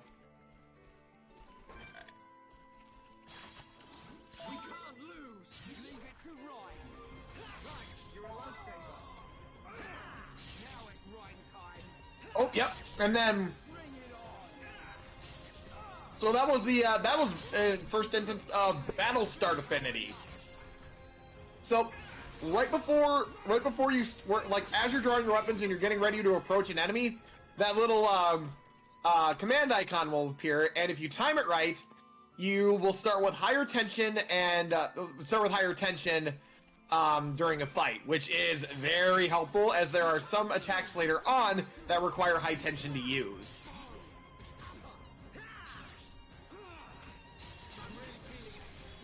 Yeah, plus he gets some nice dialogue too, depending on how tough the enemy is. Oh, and it looks like Shulk got a new art. Alright. Oh yeah, I just looked at what it was. So Shulk's new art that he gets at level 5 is Stream Edge. This is an attack that hits in a fan shape in front of him and inflicts break, and has a chance of inflicting break on whoever it hits. Okay. So this is basically another way that Shulk can inflict break. Alright. Yeah. Oh, yeah. And the other thing that Stream Edge is very helpful for is whenever it hits, it will fill Shulk's talent gauge by a set percent. So whenever he hits an enemy, his talent gauge will fill by 15%.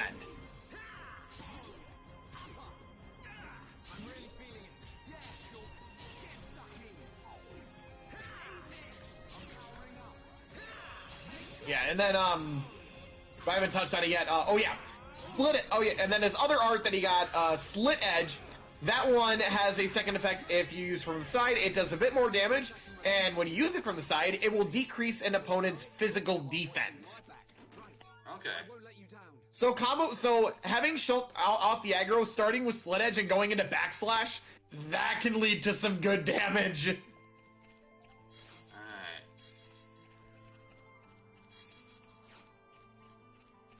It looks like we got some other collectibles. A rabbit diode. Oh yeah.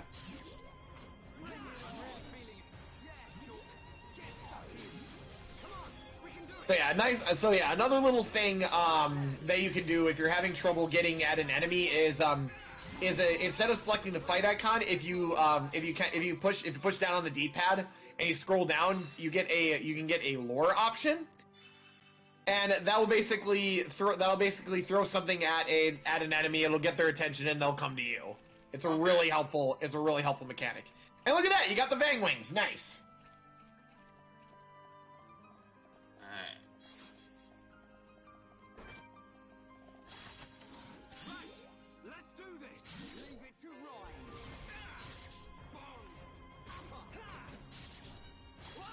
Oh, hand money. Yep. That's another generic monster quest you can do. Alright.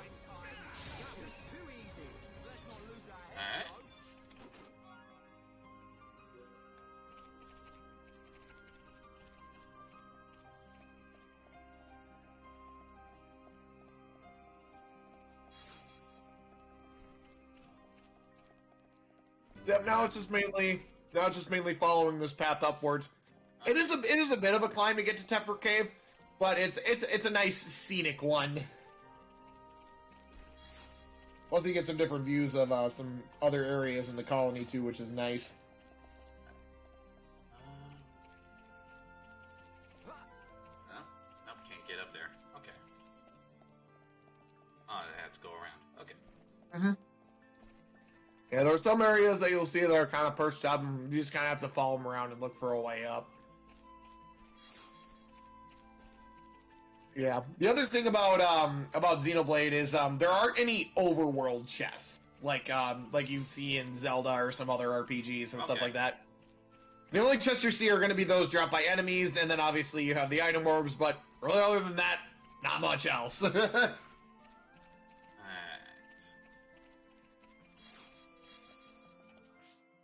Let's take a look at collectibles, because we might have gotten... Well, yep, we got some stuff for the Collectopedia. Excellent, and it looks like...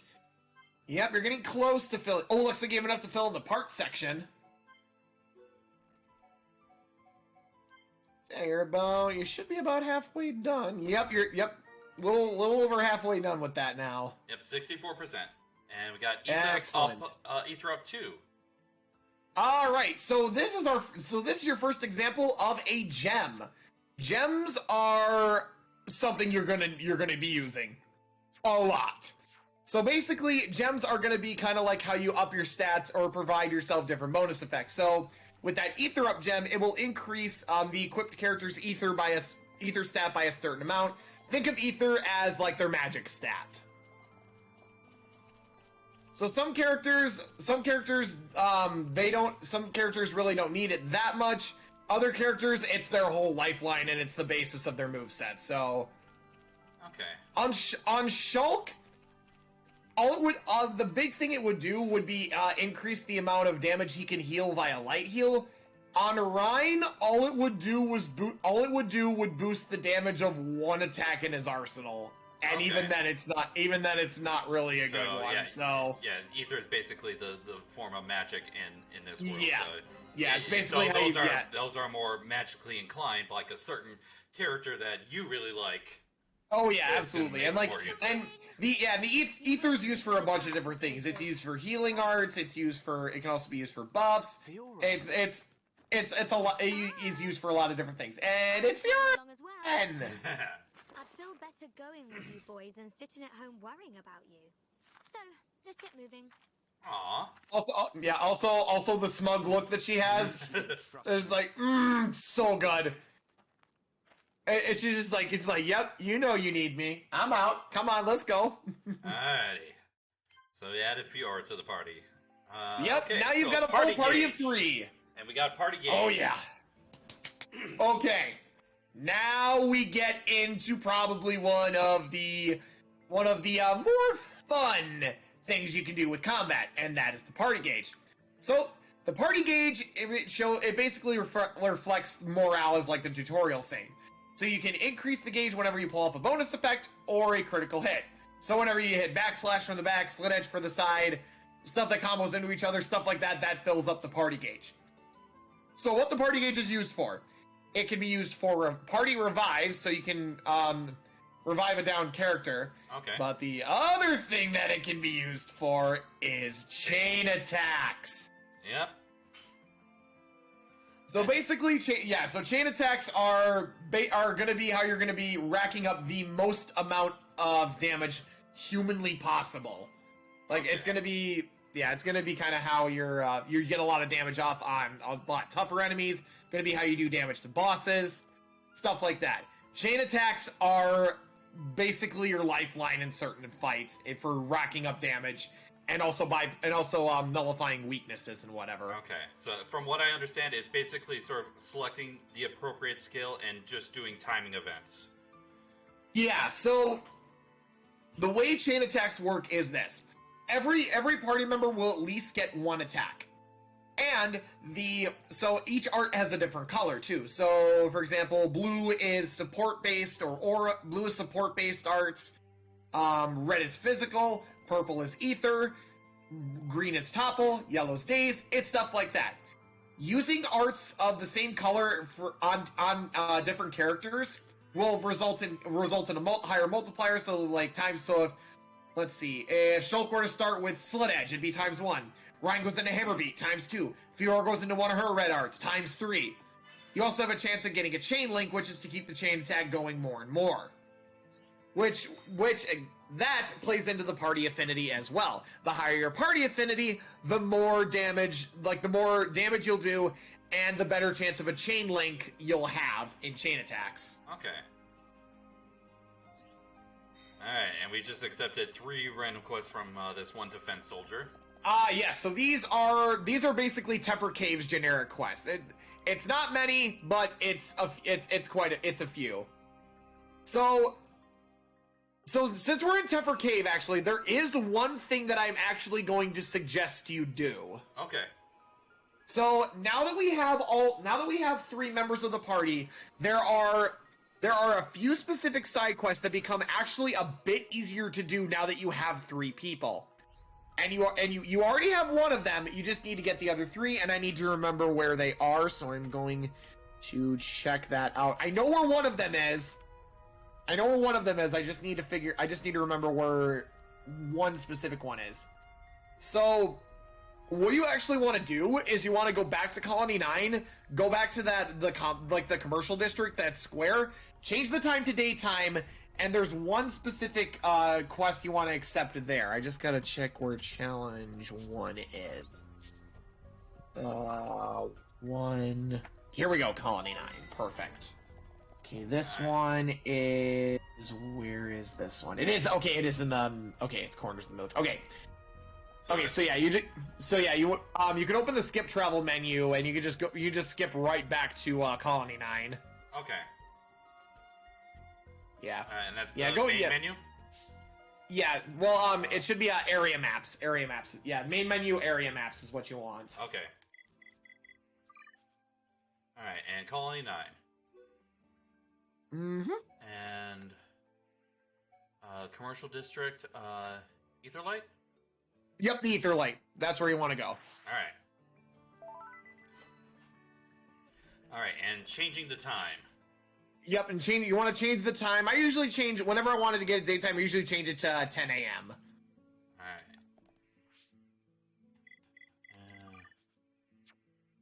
right. Change time. So, what time did you say again? 10 a.m.? 10 a.m. 10 a.m. is the one you want to go for. Alrighty. Yeah, there's a couple quests that you want to grab while during the day here. That like I said are a bit easier to do now that you've got 3 people. Specifically, it's those challenge quests. All right. So let's see. Yeah, there's that guy. I think he has a material quest or yeah, it's a collection quest. Yeah, it's a collection. Oh yeah, so collection. You just have to find a certain number of each item orbs, and you already have 2 rabbit dialed, so that's boom, 1 and done. Nice. Alright, and it looks like there's 2 more north of here, so this guy looking over fruits. Or this last yep, woman. I think... This woman. Okay. Oh yeah, so this is our first example of a non-generic quest. Usually some named NPCs will have one, and they have a bit more. Ryan, why are you standing on barrels? That's another thing I love about this game's AI, is just sometimes they'll just freak out and jump on stuff, or like try and jump on stuff and can't. It's actually really hilarious. Yeah, Ryan's just standing on those barrels saying, "It's fry time." He's just staring at the wall, just like, this wall is made of wall. While Shulk and Fiora are just listening to this old woman's family drama. And Ryan's just staring at the wall like a moron. But yeah, so what Fiora just said right there is something that only happens when she is in the party. So for every non-generic quest that there is a party member that will offer a comment. So it's just some extra bit of dialogue that you wouldn't be able to see otherwise, and sometimes it can like lead to some insights, stuff like that. If I were to talk to her later, but without Fiora in the party, you wouldn't be able to see that dialogue. It's unique to her. Alrighty.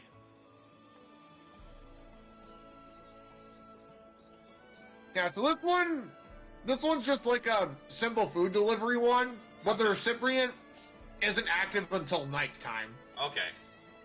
Alright, Colony 9 resident. Oh, yep, this is the guy I was thinking of. Okay. So yeah, Verdant Blukel.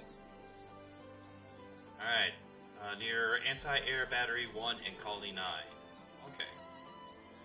This is what I was talking about. Having 3 people makes these challenge quests actually a bit easier, because now you have access to the party gauge, chain attacks, all that jazz. Okay. All right, so then you can grab this one up here, and then the next 2 are going to be in the military district that you want to grab. Okay.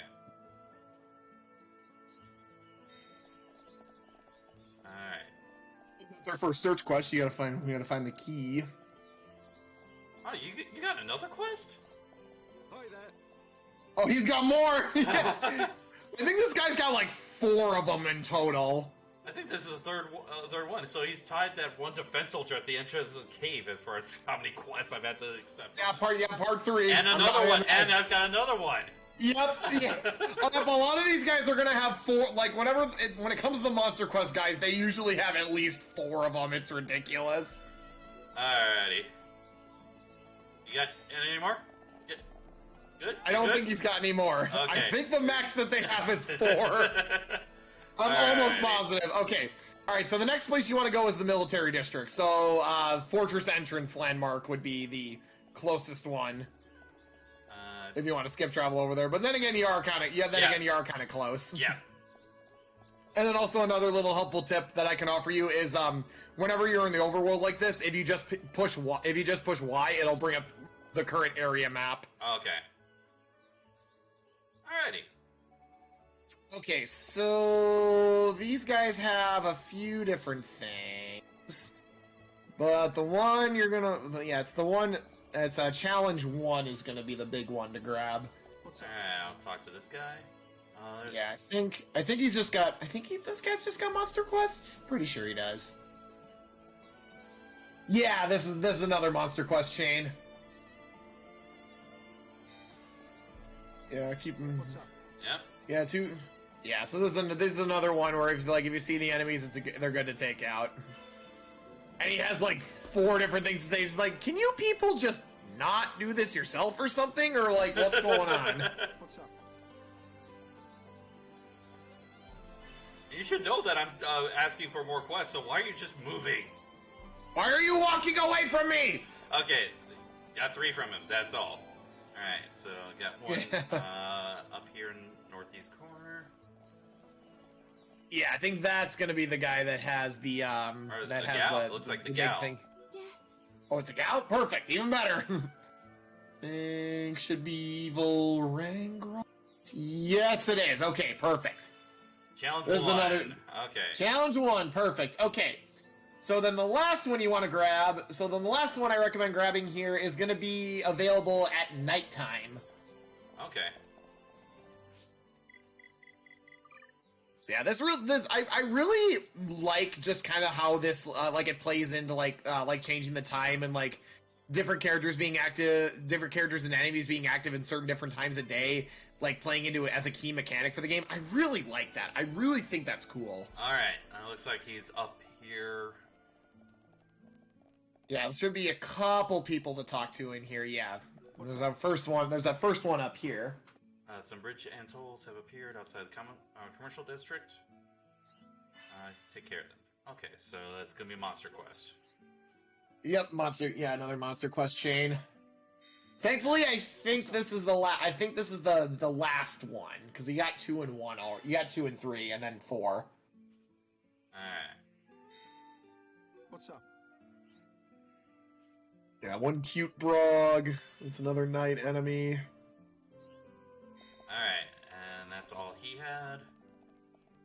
Alright. Yep, and there should be, I think there's right near the entrance, okay. Yeah, right near the entrance, looks like. And that should be the last challenge that there is.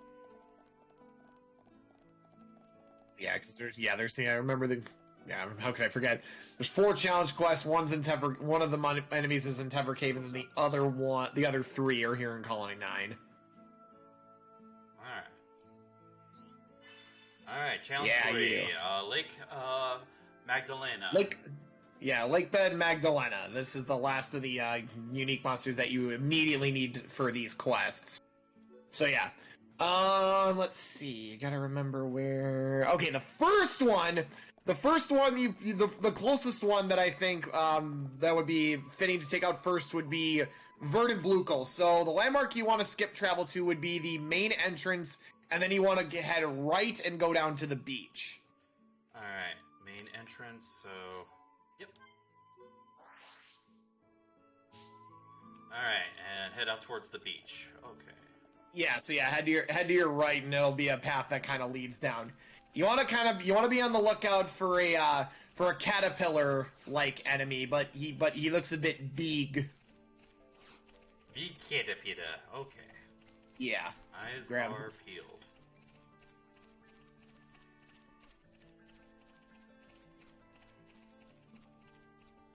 The big blob thing over there? Yeah, the enemy type is called a Caterpillar, and it's marked on your screen. Yeah, there he is. There he is. Okay, beware of unique monsters. So yeah, this is our first example of a unique monster. So they are stronger than most enemies, but beating them will always yield a gold chest, and beating them also gets an even more valuable prize called an Affinity Coin. What are Affinity Coins? They are helpful for a little thing called skill links. Okay. So as characters, so that's another thing that the party affinity plays into.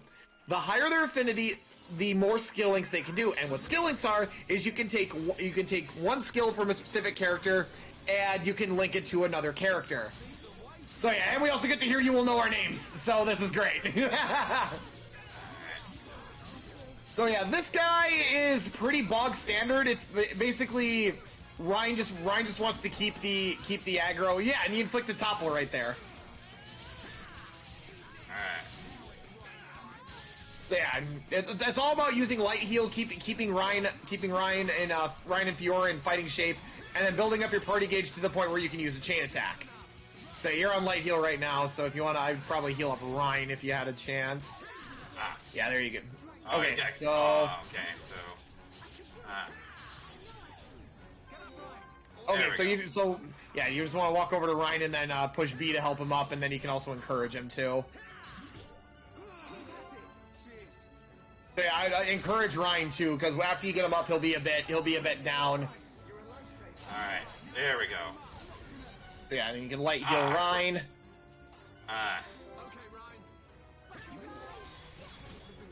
Oh yeah, yeah, that's right, and everyone's selling their starting equipment too. So if you do lose to this thing, you actually can go to the shop and update everyone's equipment too.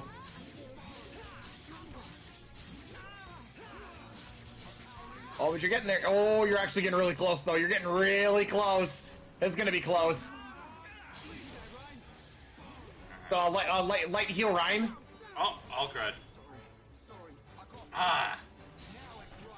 Oh, you almost had it. You almost had it too, is the thing. So you were close. You got really close. So if a unique monster beats you, don't beat yourself up. These fights are supposed to be tough, but they are, like I said, they're very, very rewarding. All right, so yeah, we can probably go over to the shop. So if you want to head over to the shop, you can actually get some better equipment for everybody.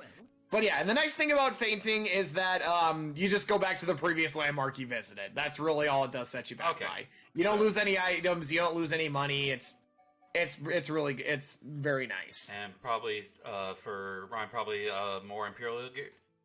Yeah, you can. Yeah. I would honestly recommend another set of the Imperial gear for Ryan, as it is the best statted stuff that you can get for them right now. Alright, and then for Fiora, looks like none of the... Yeah, it looks like she can't equip that, but she can equip the 9 equipment and the battle boots. Okay, so... Alright, 9. Okay, it looks like the 9 is more all around, whereas the battle gear gives her more physical defense.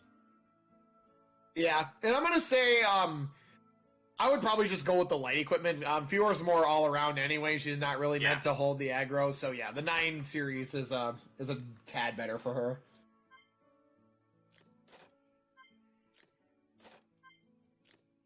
Alrighty.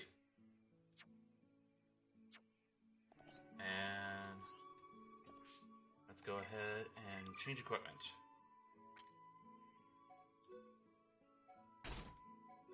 Yeah, you can just update everyone's equipment. You can also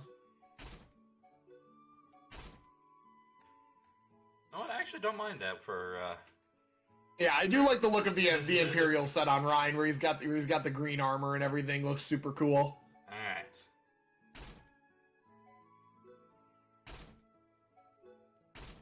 Yeah. Oh yeah, and then for reference sake, because this is one of those things that's kind of like not really known, but Ryan's weapon type is called the Gun Lance. Okay.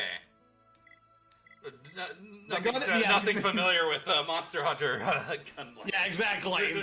It's just like the gun part is not really there, but I mean, you can see where it would be. Rymore uses it for stabbing people. Stabby. All right, let's head back and take care of that little Cappy. Yeah. Round 2 with Verdant Blukel. And that's the other thing about those unique monsters is they all have like really goofy names like that. Yeah, I wouldn't call that a Sergeant Blue. Really? All right, Verdant Blukel. All right, here we go. Totally my favorite unique monster enemy, like in the game, is that has to go to Flabbergasted Jerome. That is my favorite enemy name in this entire game, and like nothing will change that. It's so funny. All right, so essentially, yeah. So just Ryan, if you want to topple him. Ah, damn it, he missed the timing. So, ooh, critical thinking. That's scored a certain number of critical hits. Ooh, so Shulk having that fire by his portrait. That is called Burst Affinity. So that is basically the highest level of tension you can get. And look at it. I think I activated chain attacks. Oh, all right. You can activate your first chain attack. So this is kind of going into what I was saying before. So when carrying out chain attacks, you can select 3 arts for members of the party to perform. During a chain attack, any arts that were still in cooldown phase will be available regardless. So you have all your options available to you, which is really nice. All right. Substantial damage of chain attack. So example like backslash, bone upper, and then power smash. Okay. Yeah, using the same color arts will result in a higher chain. Oh, okay. And now the other thing that happens is you probably think, wait, what happens if I use a talent art? They are wild cards. Okay. Talent arts will link into any art that you have. So perfect example. If you were to say do an all red chain and then you got a chain link that sent it back to Shulk and Shulk did his talent art, instead of going to ×1, it would still be a ×4. Okay. So yeah, that's basically your other use for talent arts is their wild cards and chain attacks, and they're awesome. So yeah, and then that's it. Increase your chain. So you want to go up on the D-pad, scroll up, and then so you get that blue. Yeah, and then initiate chain attack. So yeah, scroll. And see you later, Anki. Sounds good, buddy. So yeah, you scroll. So go to your middle. Scroll up on the. Okay. Oh, there we go. Yeah. So then you just hit start. Yeah, chain attack. There you go. All right. So honestly, your combo is going to be pretty standard. Start with Slit Edge, go to Rhine, do a Hammer Beat or Bone Upper, and then have Fiora finish with one of her red arts.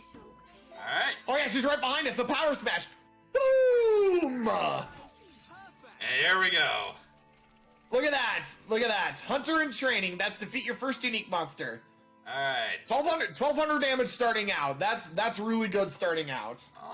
And we got Caterpillar Syrup, 9-cap, Steady Greaves, and Million Driver. Yep. The nice thing about unique monsters, like I said, they will always drop gold chests, and gold chests have some really good stuff in them. Alright, so we're actually nearing the end of the stream, so I'm going to go head back into the town, save up. Yep, and then if you wanted to do some of the generic quests off screen and just get those taken care of, by all means, it's a good time killer. It's a good time killer. Alrighty. So.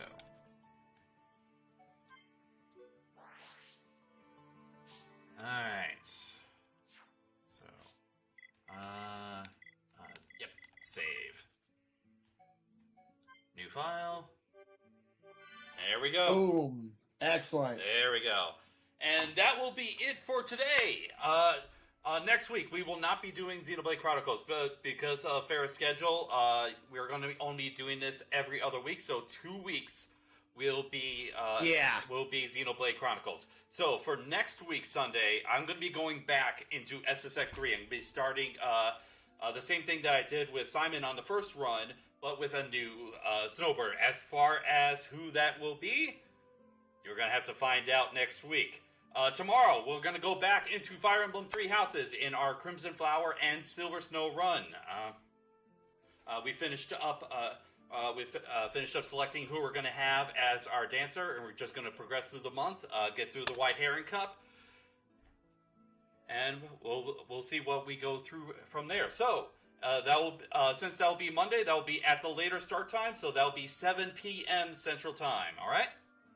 So with that, I hope you've had a wonderful day. Have fun. Take care. Hope you enjoyed the stream, and God bless. See you, everyone. See you later.